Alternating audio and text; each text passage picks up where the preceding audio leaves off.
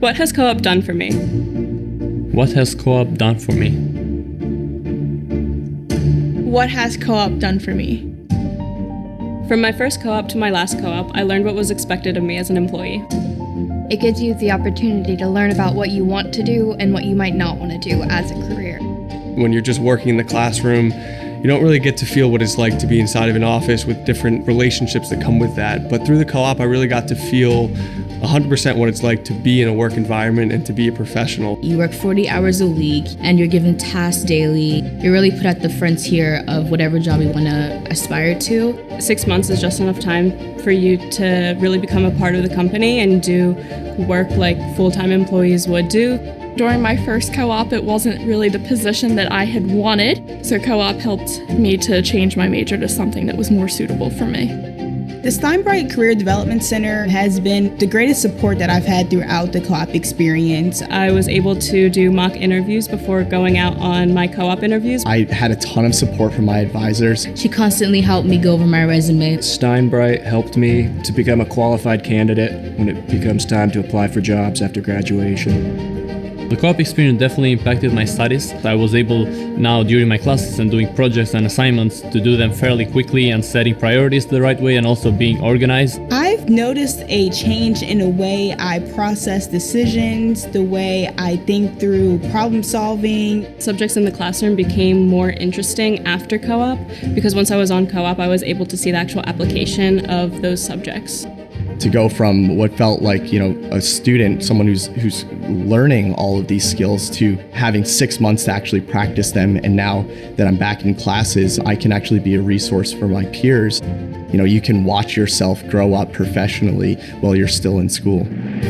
That's really helped me develop my career in a way that I don't think I ever imagined. They installed my design on trains that ran through 3 different lines throughout LA County, on subways and trains all throughout the city. Even as I leave the company at the end of my co-op tenure, I know that my work is going to be used in the future, presented to other surgeons. Co-op helped me realize that I should pursue graduate school because research was my passion. After this whole experience, I think I'm a little more confident. Co-op has literally given me the confidence that I can change the world. I was able to start something that I want to do for the rest of my life, and I couldn't have done that without a co-op program. It's prepared me with the dream job. It gave me more options in my future, options that I didn't know I have. I really made a lot of connections with engineers and really smart people out there. In terms of my professional goals, it's kind of crazy how much impact it's had on me. My co-op experience made me know that I am capable of doing so many things and making such a huge impact when I leave Drexel. I think there's really no better way to learn than experiential education.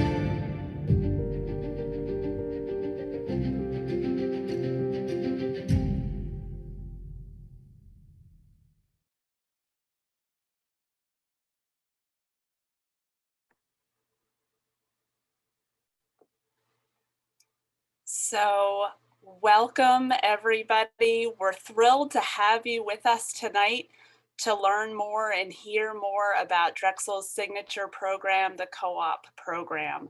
My name is Lynn Hickel, and I'm very proud to share with you that I'm the Executive Director of Cooperative Education at Drexel University. We have an exciting evening planned for you tonight. I will be sharing with you an overview of co-op, how it works. Then my colleague, Dr. Karen Knowlton, will be sharing with you the faculty perspective on co-op.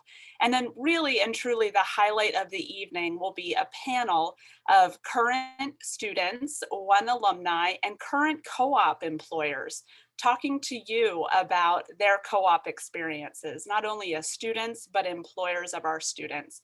And then we'll open it up at the end for some Q&A. So as you think of questions, you can certainly drop them into the Q&A box down there at the bottom of your screen. And we have some admissions folks that are in the backgrounds. They'll help answer your questions. But also, like I said, we're gonna take some of your questions live for the panelists at the end of the presentations. So let's get started. What is cooperative education? It is a unique design in a curriculum. There's not a lot of co-op schools in the world, but certainly not in the US. Drexel is one of the premier co-op schools in the US. Our program is this year 101 years old. It's often shared by students that it's the reason that they came to Drexel. So let's talk about it. What it does is it allows students to learn their world-class education in the classroom and then go out on co-op and experience that and apply that in the real world. See how it works, see how it doesn't work, ask questions, push, be challenged, challenge themselves, challenge our faculty, challenge our employers. And then what they learn on co-op, they then can bring back into the classroom. And again, push each other, challenge each other, grow, develop in ways, as you heard in the video, that in our biased opinion is the best way to learn, by learning the theory in the classroom and then applying it in the real world, seeing how it works or doesn't, and then reconfiguring and trying it again. Next slide.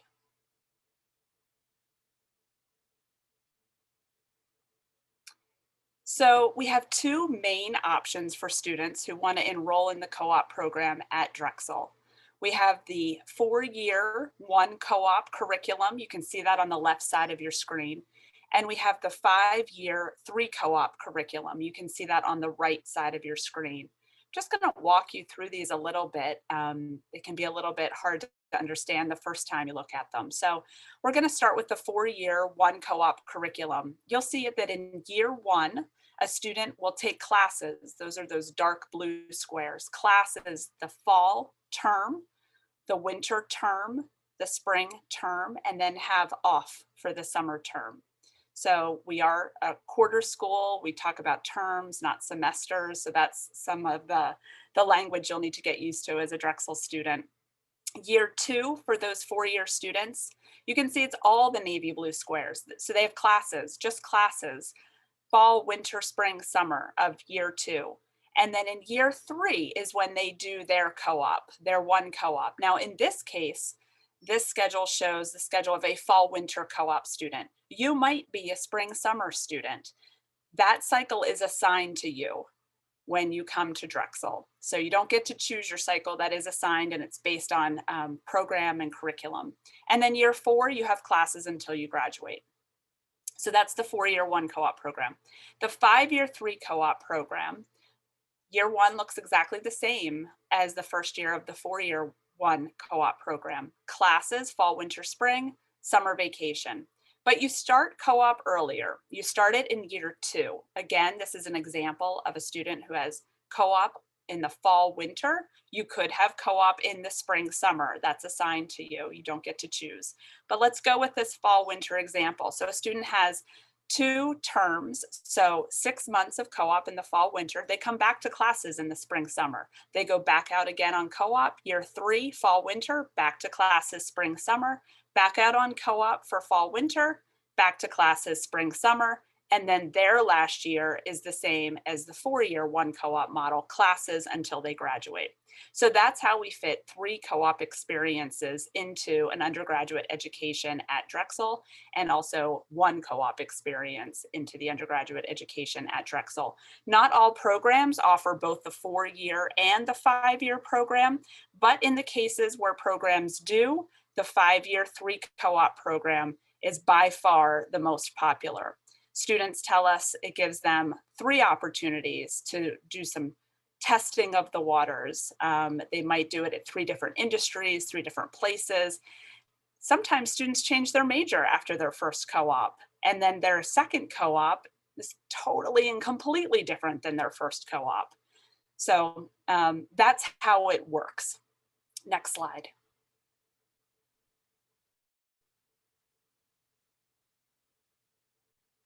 Now, despite the differences in the 4-year one co-op program and the 5-year 3 co-op program that I just shared with you, what is the same is the support that you receive from my team in order to obtain that first co-op and maybe only co-op or 3 co-ops. So this is how this works. Your co-op cycles are set, again, by my team, my office. That's done the summer before you join us in the fall of your freshman year. So you'll know very early on, not only who your co-op advisor is, your person, your co-op person, but you'll know what your cycle is, typically in July of the summer before your freshman year. Then you come to Drexel and you have a fantastic freshman year. If you're in the 5-year 3 program, you take a required class called Co-op 101 in your freshman year. That class preps you in order to be able to go out on co-op. You're taught how to write a resume, you do a mock interview, you're taught how to do a job search, you're taught how to be a professional in the workplace. It's a required class you must pass in order to be eligible to participate in the co-op program. If you're in the 4-year 1 co-op program, you take that class your sophomore year, your second year. After you take that class and you pass it with flying colors, you have your first resume, then you meet with your co-op advisor. We lovingly call this meeting in my office the Hopes, Dreams, Fears meeting. So your co-op advisor is always excited to get to know you and meet you, talk to you about what do you want to do? What do you hope to do? What do you dream to do if you could do anything? And also, what are your fears? What are you anxious about? What are you stressed about? Let's talk through it. Let's make sure you're as comfortable as you can be to start this process. They'll also review your resume again for you as many times as you'd like them to. And then you start applying for jobs. You can do that through our online system. You can also do that outside of our system. And we encourage you to do both to increase your chances in finding a co-op job. Okay, so fast forward, you got a co-op job. Congratulations, you're out on co-op, you're experiencing life as a full-time professional, and you're having a good time. Or you're also maybe facing some challenges. Your co-op advisor is there for you. They're there for you until you find a co-op, and then they continue with you while you're on co-op. You can reach out to them at any time, say, you know what, I'm a little bit confused with the office culture here. I'm not really sure how to handle it. Or I haven't seen my boss in a few days. Do you think I should ask? How do I manage that? Or I think it's amazing here. Can I do all of my co-ops at the same place? They, again, are your person. At the end of your co-op, you have a required assessment and reflective essay to do. So you evaluate your co-op, tell us how it was. And we meet with you and we talk to you about how it was.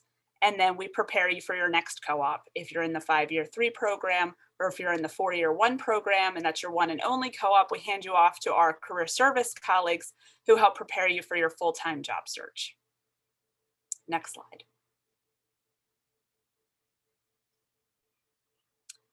So, of course, again, I'm a little biased. I think there's a lot of things that are super impressive about the Drexel Co-op program, but one of the things that a lot of other people feel are impressive is the scope of our program. We have a very large program. 94% of students, undergraduate students at Drexel, participate in our co-op program. In 2018, that meant that a little over 5,500 students were employed on co-op at Drexel, which is a 98% employment rate. So pretty fantastic. And they were employed with over 1,500 unique employers that year.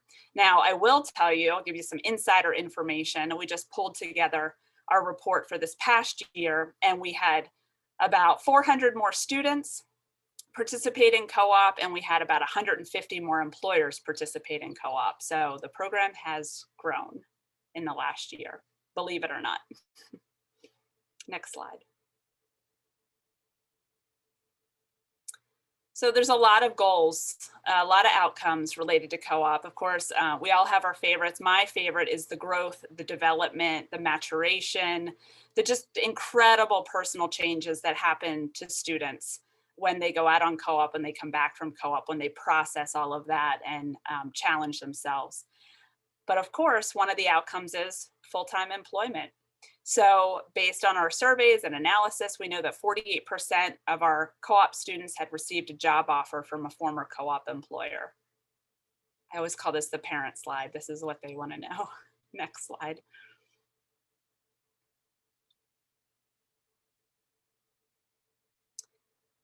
And at Drexel, after you graduate, of course, people want to know what happens. Where do students go? Or do they find success? Yes, at Drexel, they do.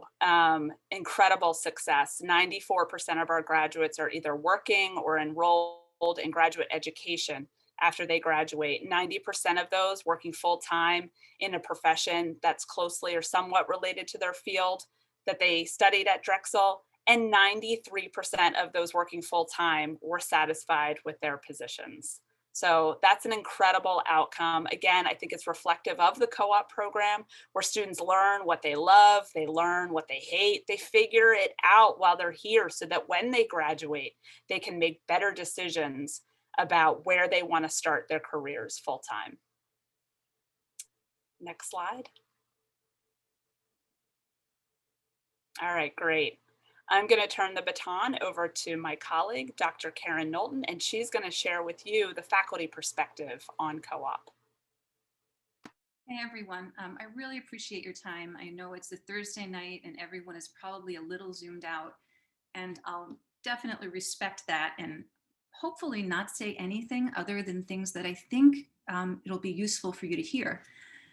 I have sort of 3 different relationships to co-op, and each one I think is a little bit useful to know a little bit about. I'm a teaching professor and I direct writing assessment in the Department of English and Philosophy.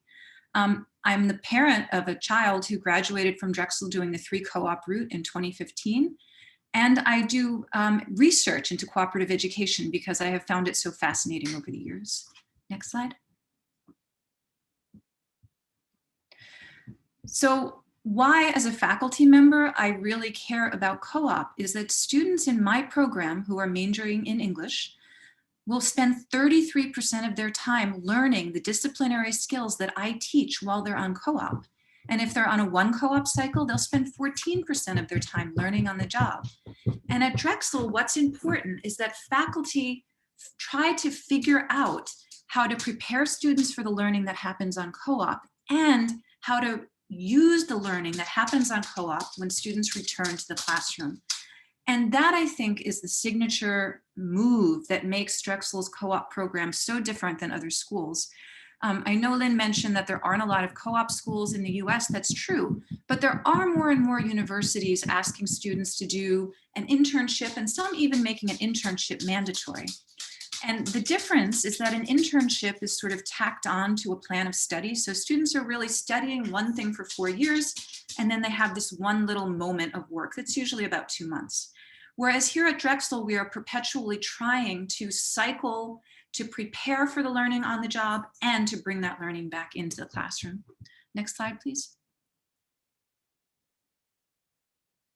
So this is my mother hat. Of course, this is my proud mother hat because this is my son, Dr. Christopher Schultz, defending his PhD dissertation from Jefferson University in genetics, genomics, and the biology of cancer. When Chris finished his PhD, he had formed an LLC with 2 coworkers. He had 3 papers in high-ranking cancer journals and was doing really well. He was asked to interview at the NIH, where you have to be asked to do it. He interviewed at 7 labs and was offered jobs in 5. And this is all because, do you remember that first slide, or that slide about the co-op cycle that Lynn showed you? And whether you're on the 3 co-op or the 1 co-op, your first year at Drexel matters a great deal. So the grades that you get your first year really help to determine what happens on your co-op. And all of this success for Chris came because how well he did his first year. So if you didn't believe anything about what I just said, I would recommend it to be the last thing, because in fact, Chris tanked his first year. I don't know what he was doing, but it definitely wasn't chemistry. And what happened when Chris, with the GPA that either he didn't tell me or I blacked out, I forget which, when Chris went to apply for his first co-op cycle, he was not offered a job on A round. He was not offered a job on B round. He was not offered a job on C round. What Chris ended up doing was crafting a co-op out of a work study position that he was doing. And he learned a lot in those 6 months. He learned about titrations and Western blots, but even more, he learned that never again does he want to be the person without a job while all of his friends are out in the force working. He learned that it's embarrassing to fail and he doesn't choose it again. So before his next co-op cycle rolled around, first he had started getting those grades going back up. And after you've really tanked your GPA, it takes a while to keep getting it up and up.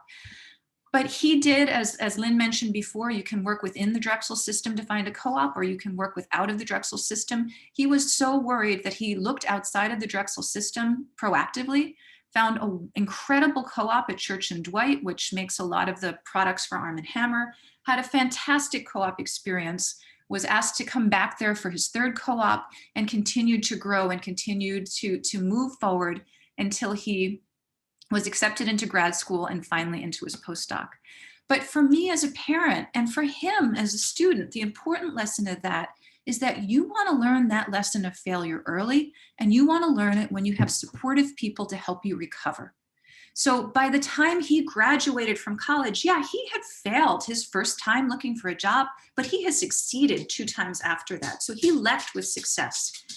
And if he had gone to a 4-year school, I think it's entirely possible he would have left with failure. Who knows? But that's one of the things that the Drexel Co-op does, is it teaches you what you want early, and then it supports you to get to where you want along the way, and it allows you to keep going. So you're going to hear from a lot of students tonight who hit the ground running, and probably many of you are those students, and you will never look back, and you will, get the perfect co-op the first time. But if it turns out you're not one of those students, and that happens by accident, not by choice sometimes, you need to know that you can be supported to get where you want to go. And it's way better to learn that lesson early on than later. Okay, next slide, please. So now I'm going to take off the mother hat and put on the research hat. Before I came to Drexel, I was a senior writing assessment at Educational Testing Service. So those of you out there who are about to take or have taken the AP English exams, I was in charge of making them and overseeing the scoring of them before I came to Drexel. So I was thinking at where I direct writing assessment as well as teaching. So of course, one of my questions was, how is writing used in co-op? How important is it? How do we need to link to that and think about it? And as I started doing some coding of those reflective essays of the writings that students do, of their analysis of the jobs and the analysis the employers give about students' work on the jobs, I realized it was much bigger than writing. It turned into a large research project where we explored the skills that make students successful on co-op and the skills that employers wish students were better able to obtain. Well, from that information, I worked with Steinbright and other faculty members. We created a one-credit course about relational skills, about the skills of knowing yourself, working with others, being a professional, that really rose to the forefront over disciplinary skills in our analysis. We created this course that students can take online, a simple one-credit course during their first co-op, to support them in the skills that we saw they needed supporting. And students show that this is really useful. Because Drexel is a Tier 1 research institution, and that's important to remember, we're not just a co-op school, we're also a research school, and being a research school matters in a lot of ways. It matters, first of all, because Lynn Hinkle, who you met previously, is on the executive board of the largest cooperative education institute in North America. She works with conferences there. Our executive director of co-op, Ian Sladen, has just rotated off the World Association of Cooperative Education Executive Board. And what that means is that we know not just what co-op was, because we've been doing it for 100 years, not what it is today, because we're doing it well now, but we're shaping the future for what cooperative education will be nationally and internationally. And that's the kind of expertise you want behind this amalgamation of learning in the classroom and learning outside of the classroom, especially as our world becomes more international. So from that, Drexel supported me when I got a Fulbright to go work with South Africa with their cooperative education program. They needed help doing some assessments, and I went there to help them with that. But what I brought back was their take on co-op as a tool for social justice in sort of post-apartheid South Africa, and how it can be used to help further, to help allow people who aren't necessarily going to be employable in the beginning get to a place where they are employable and ready to be seen and have been seen and by their employers as ready to hit the ground running when they graduate from school. And I brought that information back to us at Drexel. I worked with a co-op student, next slide please, on some, and this too was founded by Steinbright's office. We have funded research co-ops because we want to understand always what is happening with cooperative education. And she worked with me to look even more fully at that research that I had done earlier. And what we're looking at now is whether these skills changed during the pandemic. As we went fully online, did employers look for different skills? Did our students say that they needed different skills? And we'll be doing that coding over the summer to understand even more as our job market changes, what does the way that we prepare our students need to change? The other thing that I would just mention that this research showed is that students on 3 co-op showed improvement in all of the areas that employers wanted to see improvement in. So we had students, I looked at students who were only taking 1 co-op, students who had never taken a co-op, and students who had taken 3. The students who took 3 co-ops showed the most growth. The students who took 1 co-op showed some growth. And the students without the co-op showed the least amount of growth in these skills. So it's just a sampling, but it does show that we have value added with the co-op endeavor. Next slide, please. So now I'm going to put the last hat, and I promise I'm nearly done. You get to talk to the students because they're the interesting ones, is what this means for me as a faculty member. And I often teach because I love teaching at our first year writing sequence. Those of you who are out there, if you have AP credit or IB credit, you might be able to, you will be able to place out of one of these courses, but you will be taking 2 of the others because it's a fantastic cycle that we have that works with you on writing. And one of the things that we do, that I do, is discuss with students from the beginning how writing will be used in their co-ops and in their classrooms beyond, and as a tool for their whole lives. And why that's important is the whole reason that we go to school to learn anything, the whole reason that we go anywhere to learn anything is hopefully to be able to transfer that knowledge, right? If the only reason we paid for a course in chemistry was to understand and use chemistry within that course, it's a really lousy investment. Our hope is that what we learn in chemistry, we transfer and use later on in other areas. Well, what we know about the skill of transfer is that it doesn't happen as naturally as we think it might. That we have to sort of open channels between the old and new knowledge for people to be able to access it easily. That's important information about learning to have when we think about co-op. And what we know then, and what we do in the classroom, is to bring the co-op experience into the classes that happen prior to co-op, so that when students are on co-op, they can access the learning from that class in that particular environment.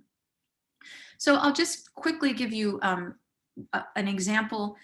At the end of teaching a research unit, I'll ask my students, last term I pulled up a live job that was available. And I said, here's a job available, just get into groups and talk about, get into groups and talk about what research you'd need to do before you wrote a cover letter and before you interviewed for this job. And we had been talking the whole term about writing for an audience, and we'd been talking about how you research.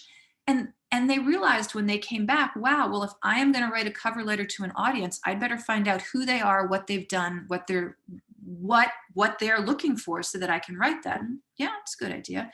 And they said, well, if I'm going to show what I'm doing in this particular field, I'd better research what they're doing, what other schools like that are doing, so that I can contextualize what I'm offering within that larger offering. Yeah, that makes sense. So we're forever looking at what we're doing and saying, how do you transfer this into the workplace? Because without that, it is possible to transfer the skill, but it is more difficult and not as likely. And again, that's just an important piece of what we do at Drexel, to always keep that conversation going and keep the knowledge flowing from the classroom to the work, to the work, to the classroom. Okay, next slide, please. So I'm just going to go back to that whole question about what is cooperative education. It is learning amplified. And again, that is so important to understand. When you do cooperative education right, it is a theory of education that marries what happens in the classroom with what happens on the workplace. And that is what allows our students to succeed. That is what allows you to hit the ground running, to grow through each co-op or through your one co-op if you take one co-op, and be ready to, as our other slide showed us, have nearly 50% of you who have had a full-time co-op be offered a job from your co-op employer, because you have shown your skills on co-op. You have shown what you offer And one of the reasons you show that is because how we pull all of that together and make sure you're able to do it. Okay, so Lynn, I think it's time for us to hear from the people doing the interesting stuff right now out in the workplace, but thank you for your time.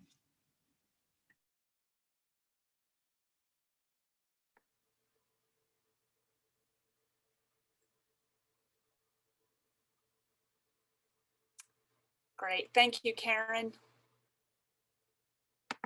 Okay, come on, my colleagues. So panelists, if you want to turn your videos on, your cameras on, just keep yourself muted. We're going to do introductions first. Okay. So let's see, Matthew and Bill are both here. Great, wonderful. So how about we start with you guys? Matthew, do you want to introduce yourself? And then Bill, you can introduce yourself. Absolutely. So my name is Matt Plesko. I am a pre-junior, so that basically means I'm in my 3rd out of 5 years here at Drexel. I am on the 5-year 3 co-op track. My first co-op was with Bill at his marketing company, On Route Marketing, and I'm now in 1 month through my 2nd co-op at Comcast. I'm a history and communications double major, and yeah, I mean, I'd be happy to answer any questions anybody has.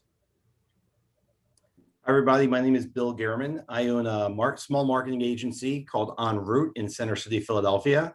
We specialize in tourism, civic, and cultural projects. And we've been working with the Drexel co-op program for, it might be 8 or 9 years of our 14-year existence. In fact, today was the first day we met our co-ops of this term. We have 4 co-ops for the first time this term, and we had an in-person meeting. So we have really enjoyed and valued the co-op program. Great, thank you both. How about Juliana and Rich? Do you want to go next? Yep, I can go first. Hi, everyone. My name is Juliana Walgren. Like Matt, I'm also a 3rd year, so we call that pre-junior at Drexel. I'm an honor student studying electrical engineering. I'm also minoring in green energy and sustainability and in history. And I've done both of my co-ops at Pico. And good evening, I'm Rich Cornforth. I'm the Director of Engineering at Pico. I have the central engineering departments such as planning, reliability, standards, solar connections, grid automation. My office is in Center City, Philadelphia, which is right behind me in the picture.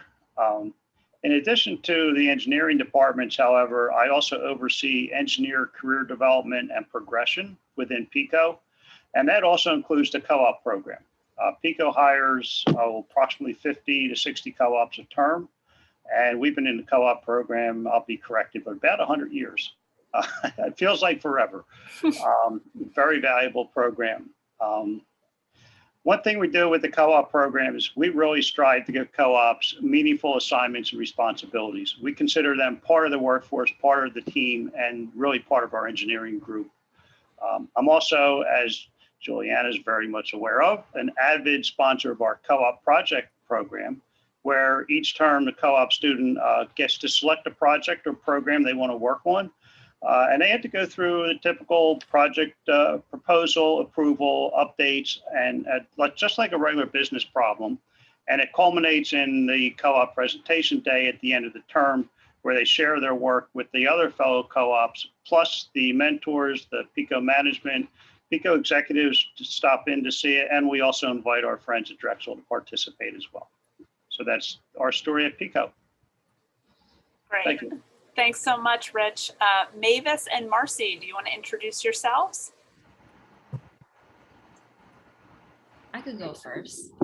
So I am a 3rd year student at Drexel University. I'm majoring in health sciences and minoring in exercise science. I am on the accelerated physical therapy track, and I'll be attending physical therapy school in the fall. I'm in the 4-year 1 co-op program at Drexel, and I'm currently a clinical operations analyst in the clinical performance department at McGee Rehabilitation. And I'm Marcy Rudiger, and I'm supervising Mavis in her co-op. I have had students from Drexel's co-op program continuously for about 16 years.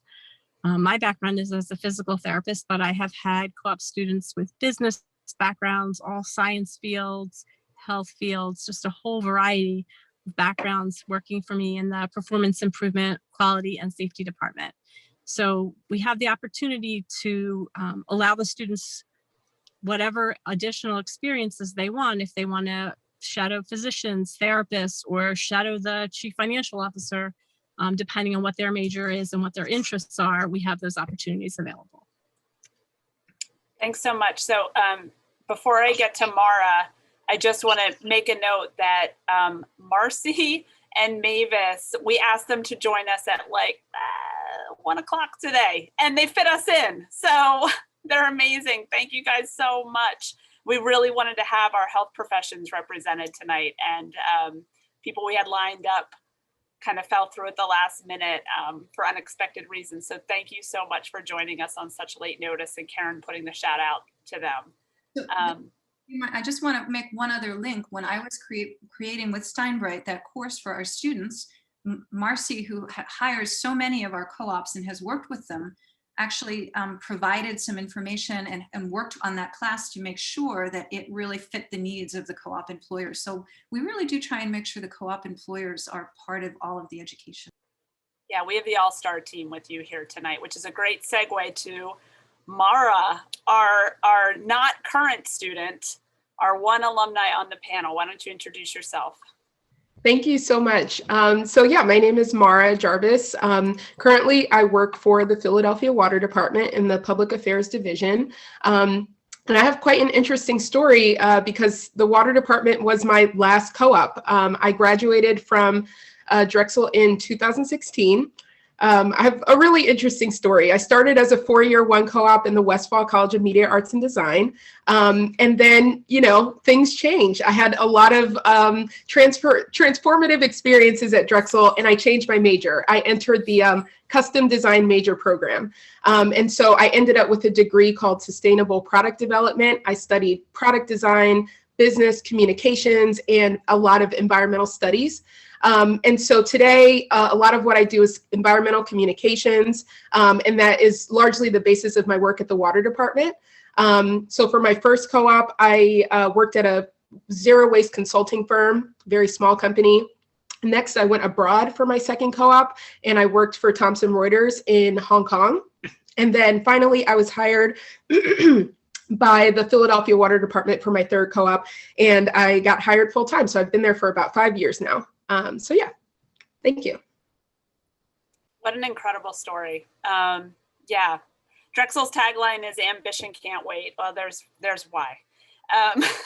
So let's start with the questions to the panelists, my questions to the panelists, and then at 8 o'clock we'll move to the participants' questions for the panelists. So one of the things, we've already seen a few questions in the Q&A about, can I switch? How do I switch? Is it easy to switch the 4-year, the 5-year? How do I do this? What if I change my major? You know, all those sort of transitional kinds of questions that students have, you know, that really is, it's sort of the genesis of that is, what if I get stuck? You know, am I going to get stuck? What if I make the wrong decision? So I'd love to hear from the students. I mean, you heard Mara's story already. She made a major change, a major shift, and clearly very successful.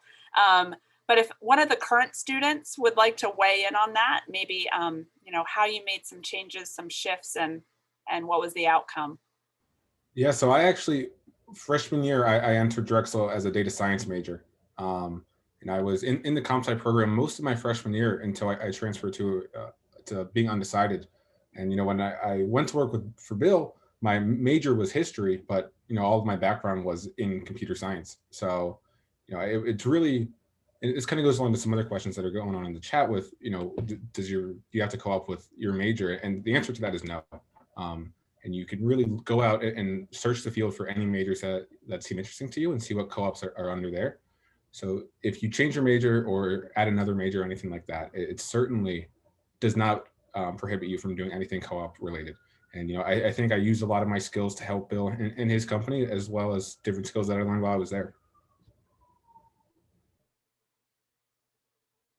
Would another student like to add to that?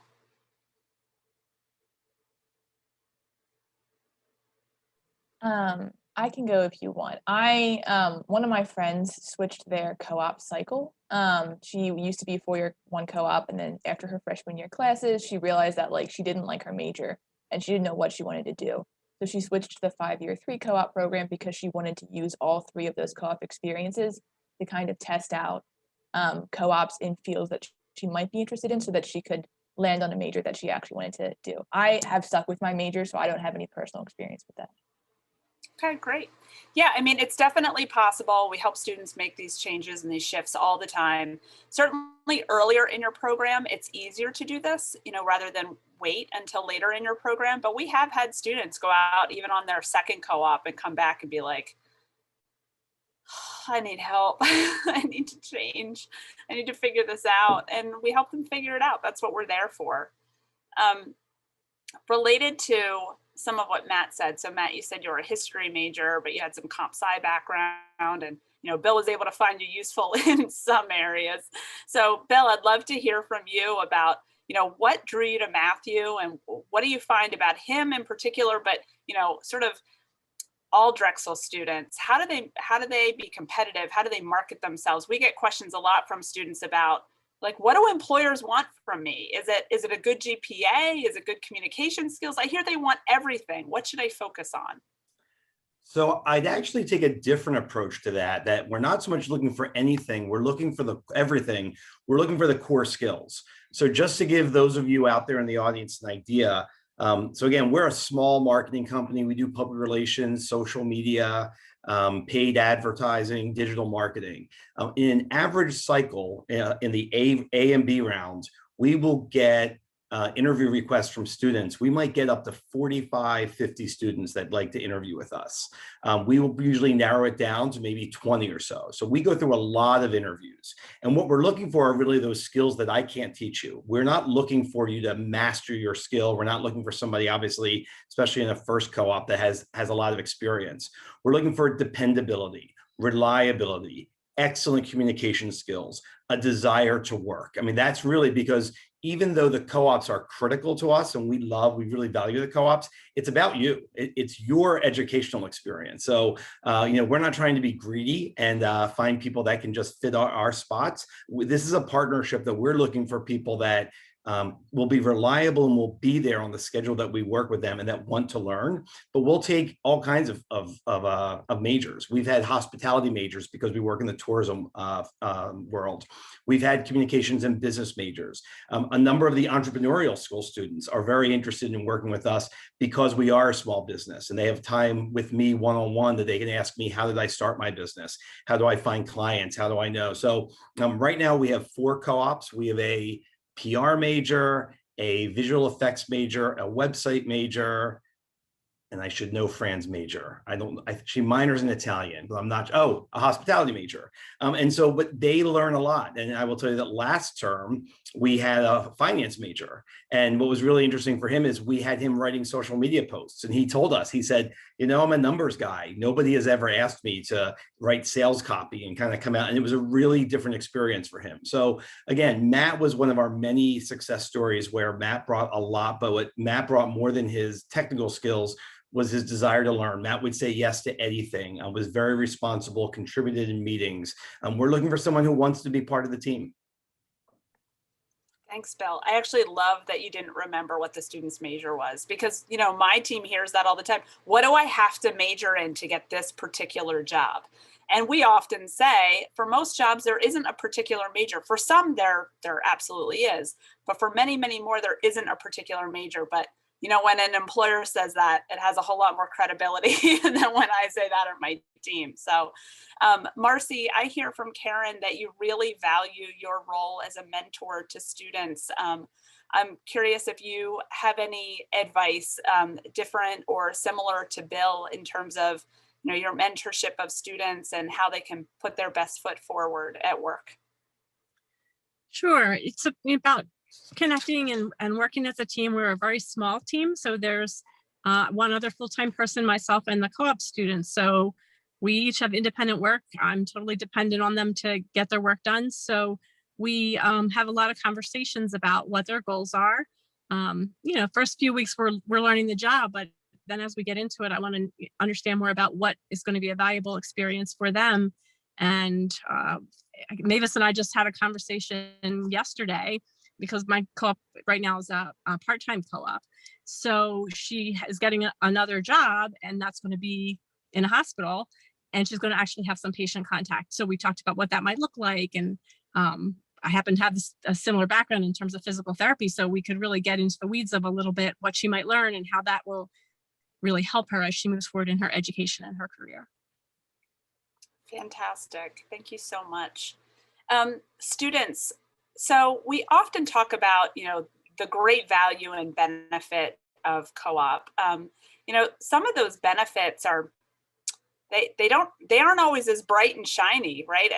Initially, as you might think. Some of them are really challenging experiences that you kind of go through, and then you find out when you come through the other side of it, wow, I'm actually grateful I had that challenging experience. I learned a lot about myself or the organization or whatever it might be. Can one of you share a story that maybe you experienced while on co-op, or Mara at your full-time job, where you're like, gosh, this stinks when you're in it, but when you come out of it, you're like, actually, I'm glad I experienced that. Well, I can't say that about my current job, because actually I have to admit that I feel like I have the perfect job right now. But one thing that comes to mind specifically was my experience abroad for co-op. I did a lot while I was at Drexel. I will admit this. I also studied abroad. I took Japanese and I studied abroad in Japan. But in addition to that, I did a co-op abroad, and it was very different from my study abroad experience. And so, I think that there were things about the job, like, for example, the size of the company and the work culture. They worked a lot later than I was used to. There were just so many people, and we had to sort of work between time zones in different countries and different cultures. So that was a shock. But the biggest shock to me, I think, was just moving to a new environment that I wasn't as familiar with, and just, living there and understanding it and adulting, it was very interesting. It was very eye-opening. So I think that was like one of those moments where in the beginning, I guess I was just comparing it so much to my study abroad experience, which is being on a campus, being with people, like a cohort of students that you traveled with to get there. And there was this very strong sense of community. Whereas for co-op, at least in my experience, I was alone. I went to Hong Kong not knowing anybody except my boss, who I had Skyped with. I needed to make friends. I needed to meet people. I needed to learn about the culture. And so it was hard at first, honestly, but it was very rewarding. And that's a place where, I call home. I say, like, it was a roller coaster, but I really enjoyed my time there. And I feel like I learned a lot just about being on my own and being in a new environment and sort of adapting. So. Great. We did have some questions in the chat about where are the co-ops. Co-ops are everywhere. So there are a lot of co-ops in the region, particularly at Pico, in that building Rich pointed out. He hires a ton of co-ops, but there are many more outside of the region. Again, we just got our annual data in for last year, and we had about 700 students who work nationally outside of this more local region, and we had 160 students co-oping abroad. So it is possible.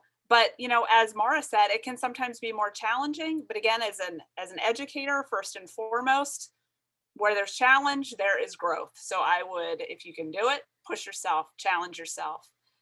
Speaking of challenges, Rich, so, you said you've been doing this co-op thing for 100 years. So where do you... I personally haven't.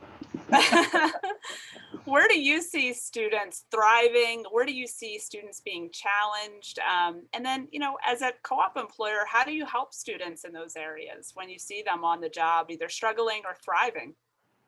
I see students thriving when they interact with their coworkers and become part of the team, and also interact with their peers.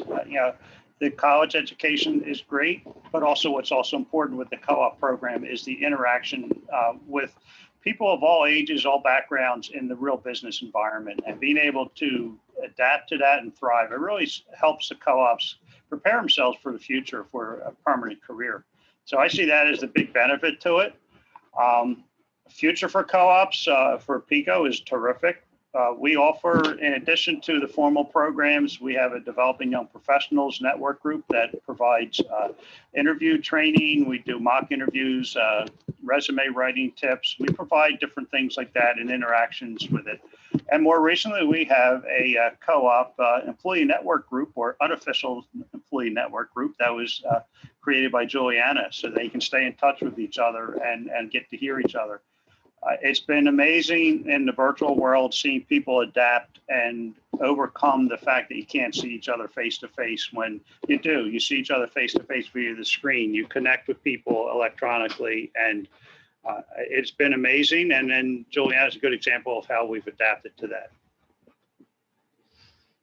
Thanks. Fantastic. Students, why don't we start with you, Mavis?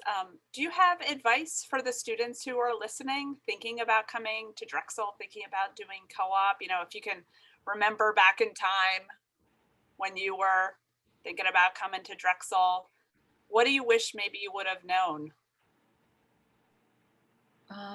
In terms of like what I would know, I think in the beginning when I came, I was very hesitant on asking for help.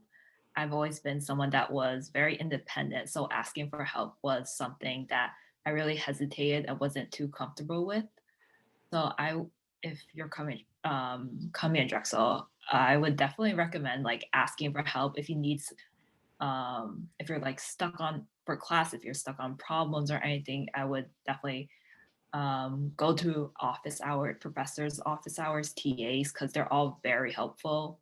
And also Drexel offers so much resources outside of the classroom or assist for help, as even if like for co-op, I know some stuff that I was struggling with was like interviewing, and Drexel offers Steinbright. They offer so much help with they have like online resources for help, also career advisors that are willing to help you as well. So definitely would just use all the opportunities that you have. And do you mind if I jump in quick? No, please do. Yeah, so I think for me, the biggest thing, and you know, not with co-op specifically, it's just your number one goal is and should be to learn. And your co-op employer understands that as well. And they don't expect you to do everything perfectly the first time. And you know, not even the second time. So really, if you go in there with a growth mindset and just want to learn, your options are limitless. And that's kind of the same thing I see here with academic and social advice. And you know, you're at school to learn. And the social aspect is something I wish I would have known. Is everybody is terrified when they're driving to move into campus for the first time. And everybody's in that spot too. And everybody's afraid to put themselves out there. So with that and with co-op and academics, just if putting yourself out there, even though it might be scary, it definitely goes a long way. Juliana, please weigh in. And Mara, if you can remember, get in your Wayback Machine and offer some advice to our students, that'd be great. Mm-hmm. I guess a general piece of advice, I give campus tours, and the last thing I always say is like, whatever you do, wherever you go to college, you have to get involved with at least one extracurricular. I just think it's critical. But in terms of co-op, I'd have to agree with what Mavis and Matt were saying. I think just like really taking advantage of the ability to learn. I know when I started my co-op, I like was usually like the least knowledgeable and like least experienced person in the room. And for a while I saw that as a problem. And I was like, shoot, like, I don't know anything, like, this is like not good. And then after a while, I was like, actually, this is an opportunity. Like everyone around me has had several years of experience. They like really know this stuff. And I like started just asking a lot of questions. And that was a way for me to really grow and to learn both about like the work that I do and just kind of about other stuff. It's just taking advantage of the fact that, yeah, like you are going to be less knowledgeable and less experienced than a lot of your coworkers. And that's actually an opportunity to really like learn from them. Okay, we're going to go in the time machine now. I would say that I think coming into Drexel, it seems very overwhelming the quarter system, co-ops, making all these really big decisions. But you're in really good hands. Like Mavis was saying, we have so many resources available to you on campus, so many people that are there to support you, that I think, really anything is possible at Drexel. And I think I'm living proof of that. So I would just say, I think it's fine to be nervous and scared, but don't be worried, because really we have such a great community and a great environment. And, you can literally do anything at Drexel. So just come in thinking that. I love that perspective. It takes a while to get there, though. If you're listening to this and you're like, oh my gosh, these people are incredible, I'm not these people, you will be these people. Trust me, I've witnessed it. I've been at Drexel for 20 years, and one of the great gifts of being at Drexel for 20 years is to see students come in during Welcome Week and be really like, not sure, unsure, who do I talk to, where do I stand, what do I do? And then still to this day, I'm still connected to some of those students, and they're sending me, again, 20 years. So they're sending me their wedding announcements, their baby announcements. They're so successful and they're so happy. And, I sometimes say to them, do you remember who you were your freshman year? And they're like, no, thank goodness I don't. I'm like, but I do. And what a gift it is to see how much you've grown and you've developed with the help of the Drexel unique curriculum, as Dr. Knowlton said, of that, putting the theory into practice, propelling you forward at an exponential rate. So it's really exciting to witness, kind of be a bystander too. Again, we're getting lots of questions in the chat. They're really sort of tactical, nitty-gritty questions. So I think maybe we'll move there now. I'll throw some out to the panel, and whoever wants to answer them, please just jump in to answer them. I will say, kind of a disclaimer, we're getting a lot of questions about specific co-ops for specific majors, and a link was shared in the chat. We do have a lot of example co-ops on our website.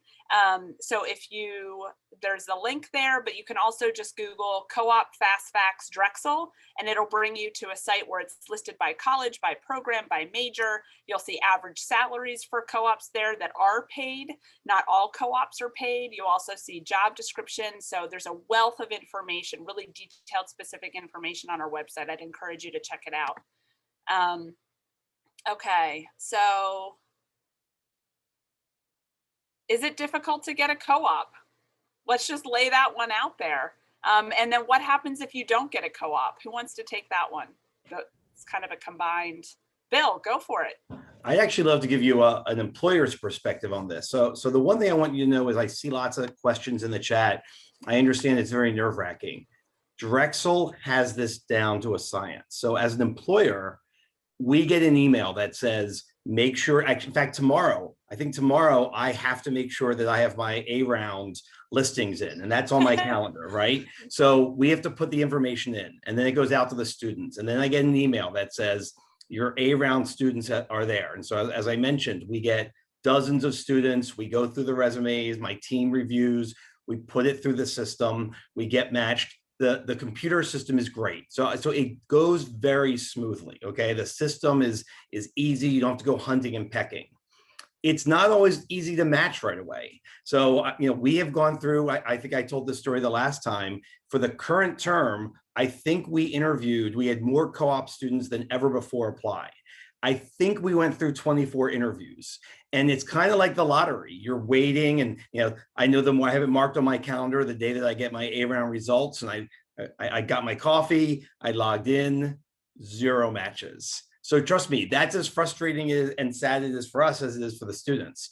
So we go to B round. But what I want you to know is the system works. It sometimes takes time to match. And what some students think is, oh, I didn't get an A round, I didn't get in B round. It's like desperation in C round. We have had some of our best co-ops in C round. Sometimes it just takes time to match with the right student. And I think Matt's one of our success stories, because Matt, you actually came to us after C round. So one of the things I want you to know is Drexel doesn't just put you off and hope you get a co-op. I have been contacted by by Drexel numerous times after C round saying, hey, Bill, we see you have a position open.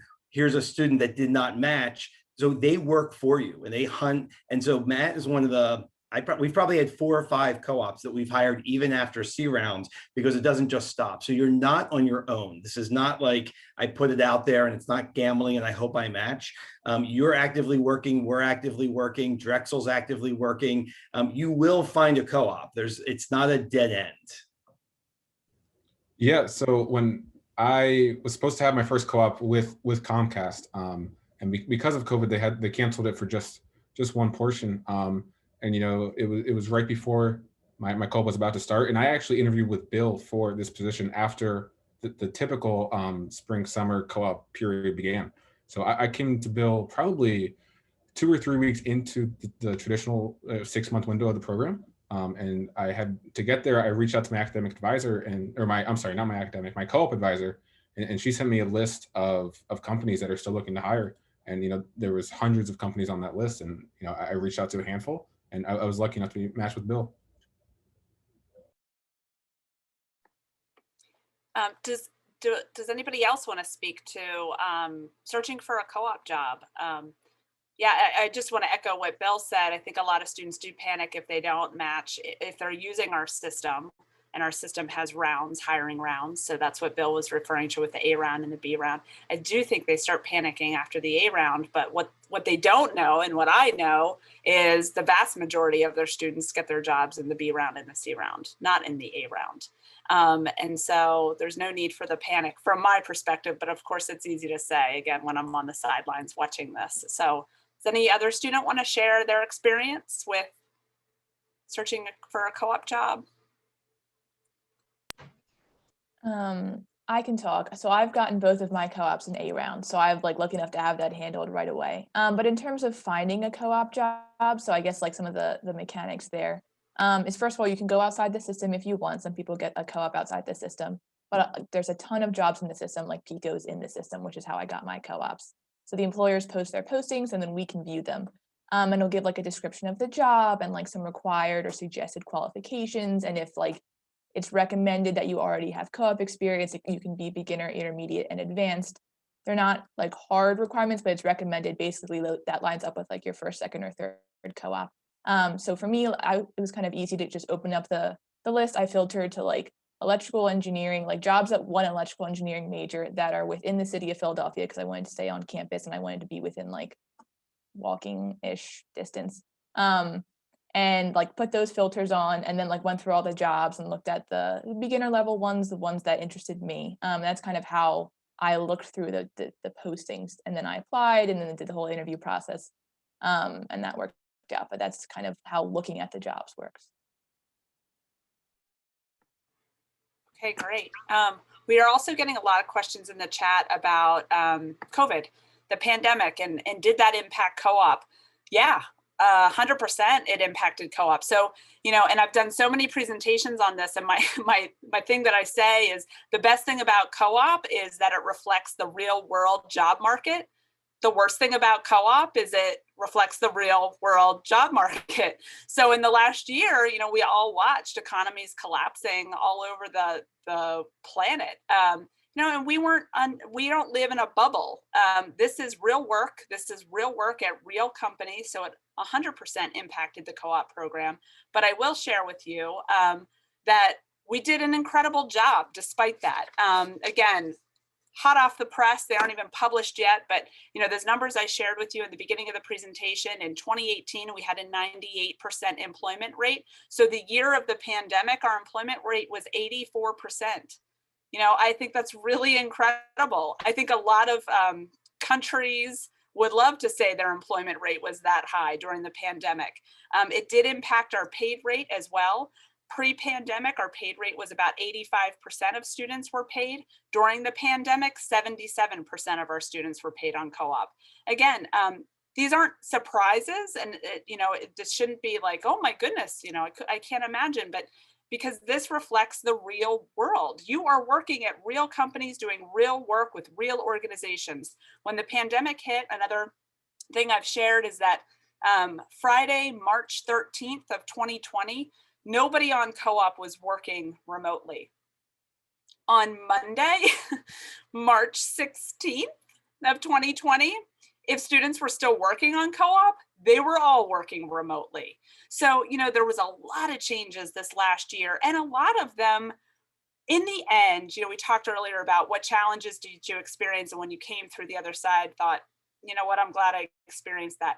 I won't say I'm glad I've experienced a worldwide pandemic, but I will say that co-op has changed in ways that have benefited students, employers, the program, and we're not going to put those genies back in the box.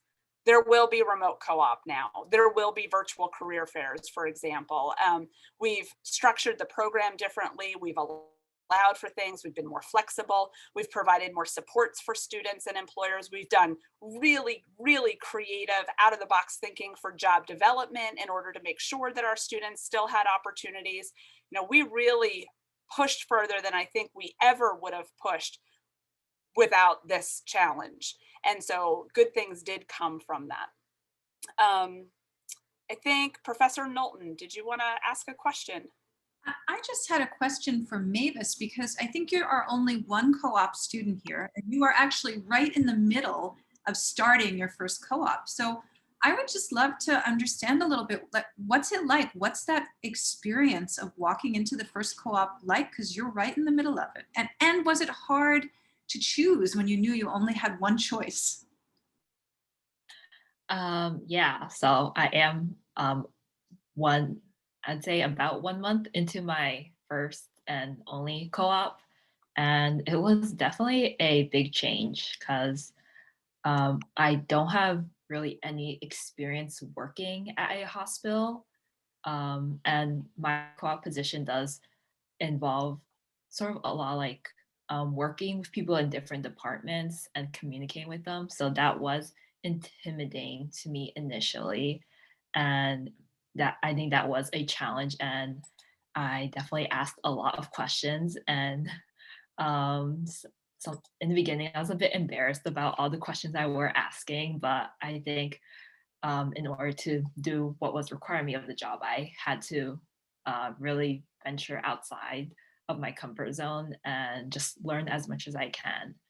And yeah, it's definitely a bit intimidating and different in the beginning, but my supervisor was very helpful and very welcoming and introduced me to everyone. So it was, yeah, it's been great so far.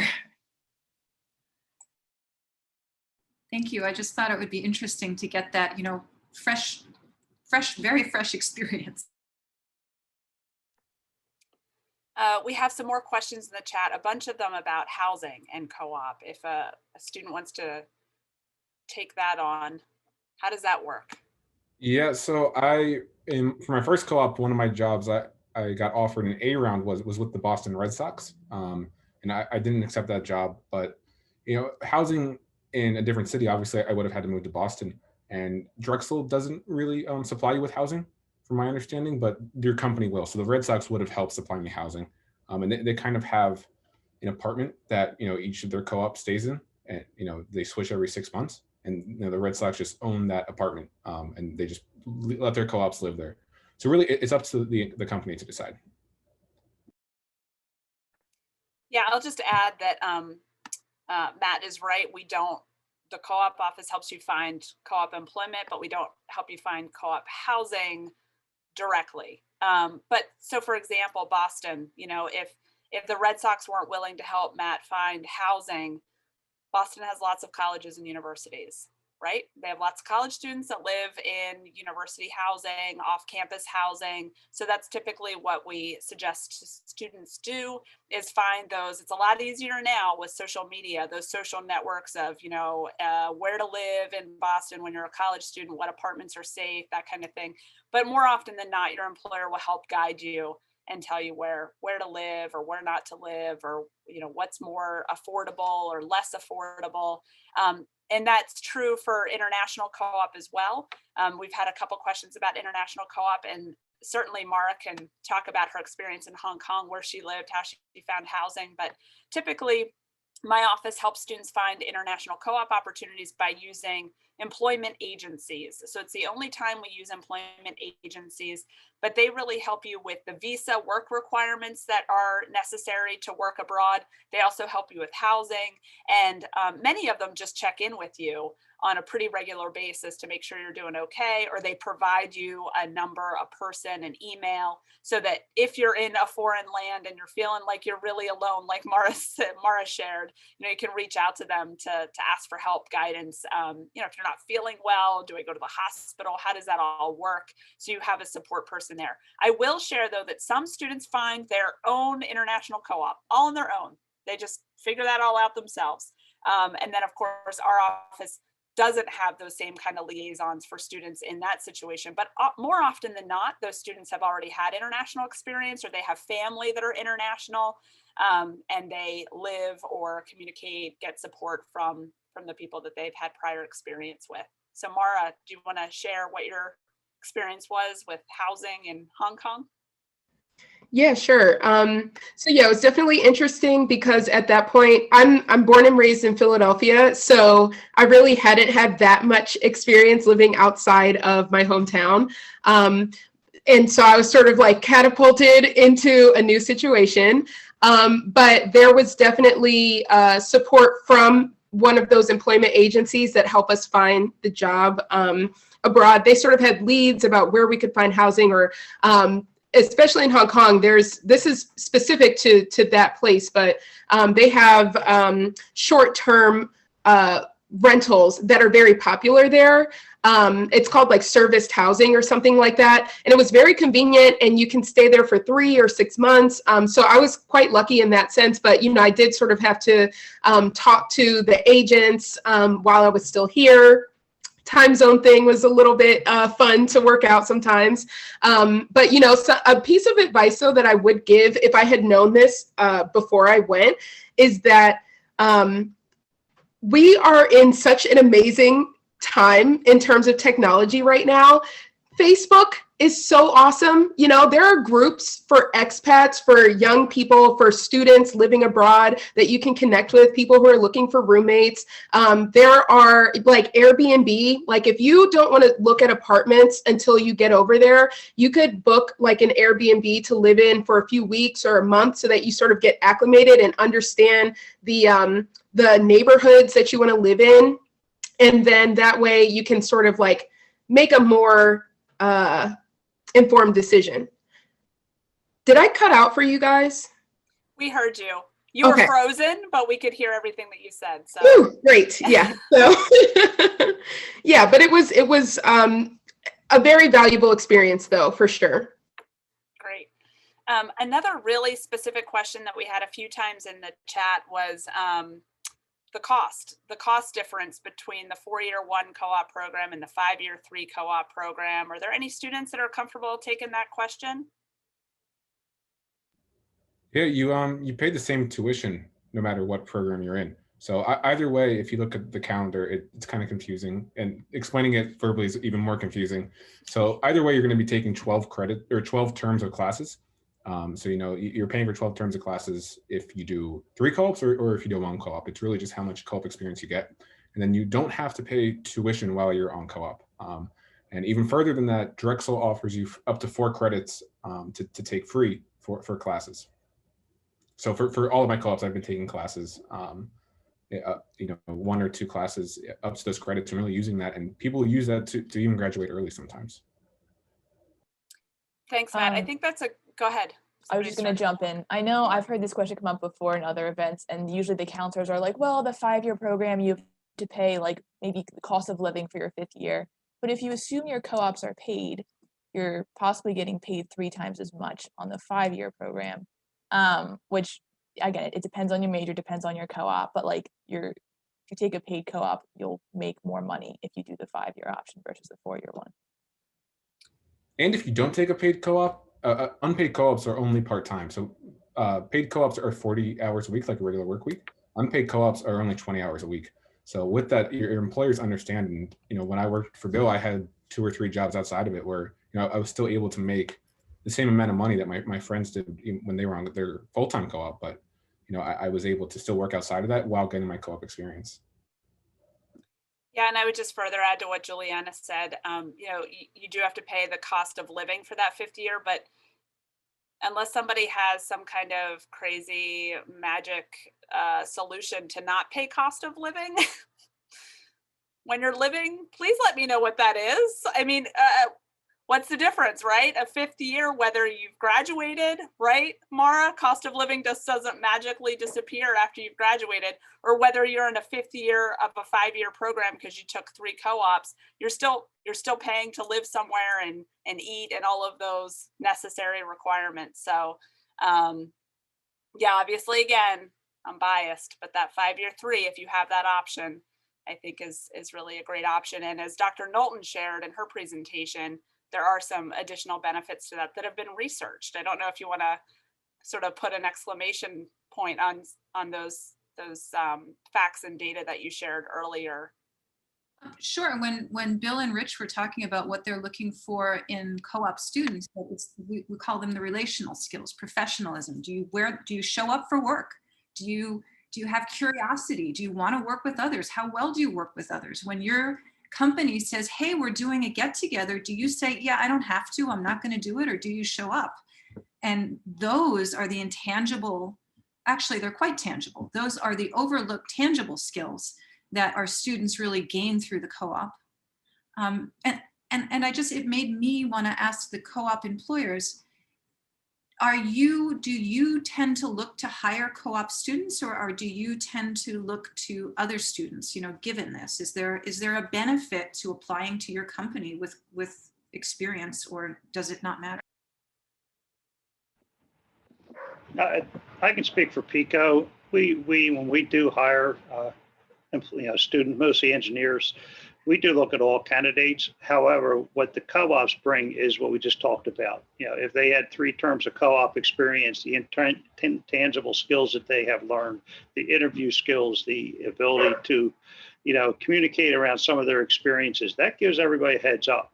And many employers, including PICO, give additional training and advice to the co-op students while they're there around interview skills and job preparation. All that stuff really does pay off. So it's a level playing field, but the co-ops have an advantage because of the experiences that they've had and their knowledge of the company. The advantage to us when we hire a co-op, it's like hiring an experienced engineer. On day one, they're experienced, they hit the ground running, they know what they're doing, they know all the systems. It's like hiring an experienced person, and that is a big benefit of hiring a former co-op student. And I can tell you from a much smaller company than PICO, we have 7 employees right now. We've hired 2 co-ops in our history with Pro. So it's not just the big companies. We definitely, even if it's not directly working with us, it's the relationships, and we work with our co-ops if they're interested in something. I've also had many co-ops come to me after they graduate and say, I'm interested in this area. I remember we worked with them. Could you make a referral? If I could just add one more thing, I've been fortunate to have the opportunity to, get the experience of a co-op student, but also in my job now at the Philadelphia Water Department, I've been included in the interview process for hiring co-ops. And it's very interesting, sort of like being a little bit on the employer side of things. And what I will say that I've observed in the last 5 years or so is that we really depend on co-ops, that is a really big part of the workforce, not only in the water department, but also just in the city in general. And there are just so many different opportunities that are available, communications, like what I do in public affairs, but also with engineers, graphic designers, and animators work with me in public affairs at the water department. And so, we really trust that Drexel is pumping out the best possible students that can come and help us. And we really do rely on their skills and their work. A lot of the things that we work on actually are implemented in real campaigns, in real parts of our work. And so, I don't know any other students to be working for us. I have only encountered Drexel students, and I love that. So yeah, I just want to sort of, lay it on a little bit more that we really do depend on Drexel's co-ops. Marcy, do you want to weigh in from the employer perspective as well? Sure. So when I first went into the position that I'm in now about 16 years ago, and I eventually needed some help, I was able to get a position because we started with a co-op position. And ultimately over the years and as the work grew, I was able to hire somebody full time, and I hired one of my co-op students who was, with me for a long time. So that was a great opportunity. Absolutely. Always looking for the co-op students. That's great to hear. I got a little prompt that said we had a few other questions for students as time is winding down here. So how do you balance, we've heard a lot about Drexel's quarter system, co-op program, can take classes on co-op, push yourself, experience everything. So how do you balance it all? How do you balance particularly the social pieces of Drexel and getting involved?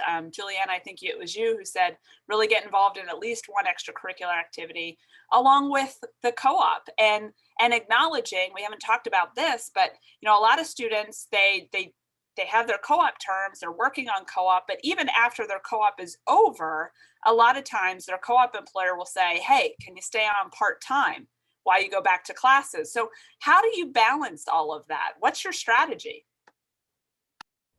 I think the biggest thing with Drexel and co-op or academic life is just organization. And I was really, really bad at organization in high school. And my strategy was kind of write everything on my hand and see if it's still there at the end of the day. But that, not just with Drexel, but that just doesn't work. So I have my digital planner, I have my written planner that I look at every day, and it's just really keeping myself organized and saying, okay, from 9 to 5, I'm working at Comcast. That's my full-time job. That's what I'm doing for the next 6 months.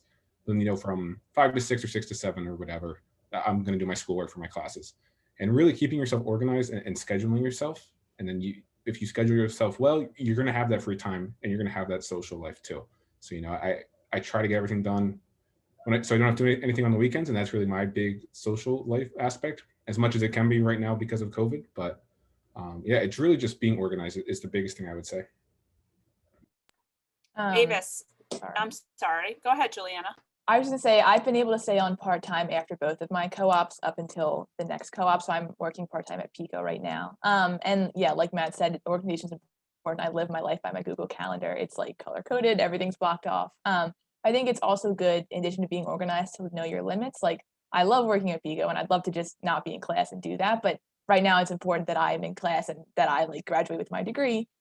So my managers are very understanding and don't want me working more hours than I should be, so I can focus on school. And I'm involved in a bunch of extracurriculars, and just knowing how to balance that with classes. And for me, class is the most important thing. So if I have to pull back on extracurricular 1 week, or if I have to pull back a little bit on work, just that's important. And you can't do everything at 110% all of the time. You can do some things pretty close to there, but there's not enough time in the day if you're going to be involved in a million things. So it's just good to know how much time you can allocate to different things.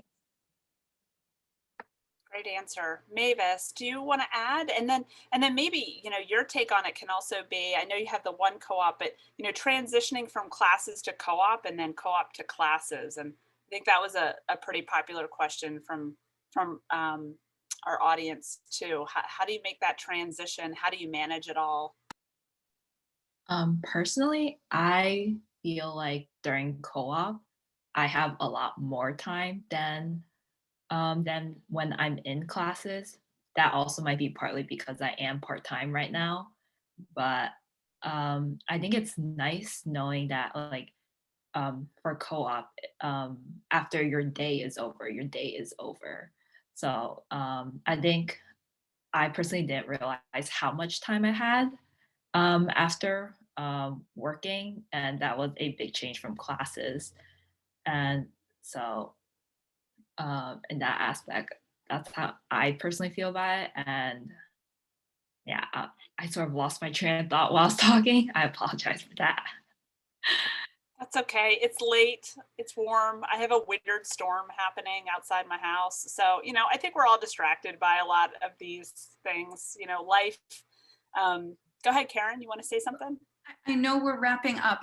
I just wanted to notice what I've been hearing, and I think it's partly what we've been talking about with the co-op in general, is that you don't only have instructors at your institution who care about you succeeding and are going to write you letters of recommendation and help you to plan.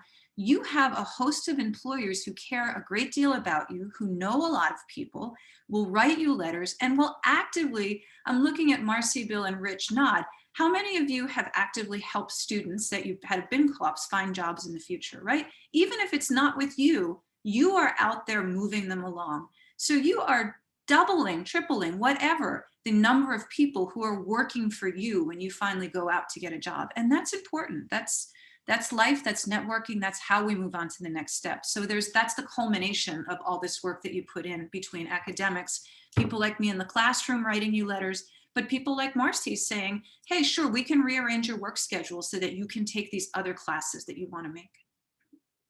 Yeah, I honestly think networking is the biggest thing I didn't know about coming into Drexel. And it's the most important thing that I've taken out of all of my co-op experience so far. And, I still see Bill post almost every week now, here's a good job opening. And really, if you do 3 co-ops, that's just a way to triple your network. And people come out with, I have friends who they just get a job because they know somebody who knows somebody who knows somebody. And really being able to grow your network and boost your network is something I had no idea about coming into Drexel and even before my first co-op. But now, fingers crossed, it helps me get a job after graduation. So I think we're going to end with the last question of the night. Somebody did ask this in the chat, and I'd like to hear from each of the employers and each of the students if we can. So you're going to have to keep it kind of short, but what was your best co-op experience memory? Whoever wants to go first, go ahead. I'll give you one now. It's really interesting because it's happening right now. So I mentioned we have 4 co-ops. One of our co-ops, so we do a lot of social media. One of our co-ops has 600,000 or 700,000 TikTok followers. So we're learning from him as much as he's learning from us. And we have dynamic conversations, and he is a real help to us to figure out, where can we benefit our customers in new ways?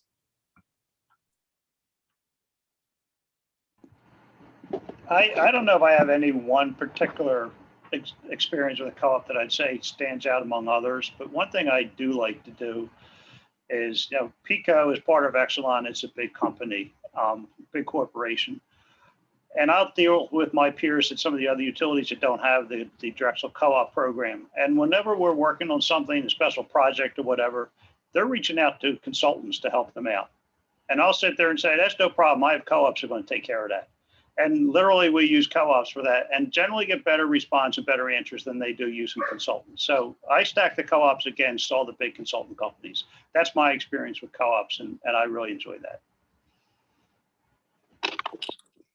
I think I've really benefited from just a wide variety of students coming in with all different majors and experience, and they've definitely grown our department and taught us new ways of doing things, introduced new programs, and really advanced my program tremendously. So I think that's been the biggest advantage for me.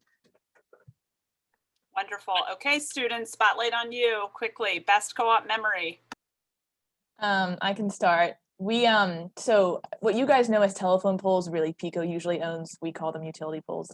Usually we use a truck to set them, but if they're in a hard to reach location, we have to use a helicopter. And on my first co-op, I got to go out and see a helicopter pole setting. And that was just the coolest thing that I'd ever seen.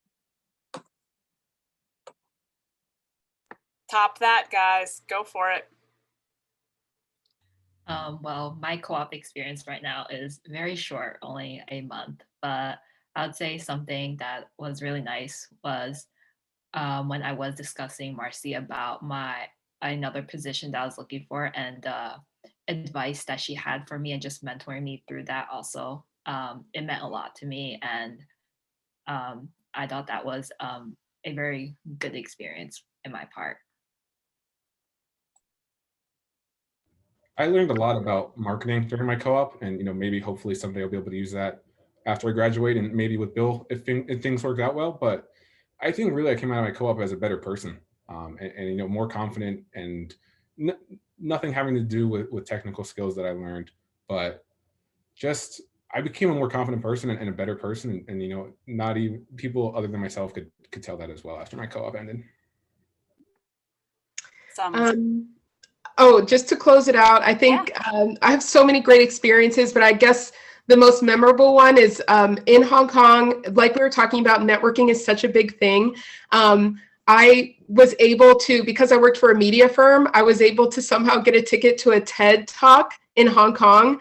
And there I met a woman who worked for Google, and I got to visit the Google offices in Hong Kong, and they had like ping pong tables and massage rooms, and it was just like the coolest place ever to visit. So yeah, I think that was something that stood out to me. You know, during co-op, anything can happen, and it could be like the coolest thing. So yeah. Well, and I would submit that one of the coolest things for you, Mara, was that you got a full-time job that you love out of your co-op experience. So I think on that, we will end the evening. Thank you all so much for joining us. We hope to see you with us in the fall, back on campus, fingers crossed. Be well, stay well, take care of each other. Thank you, everybody.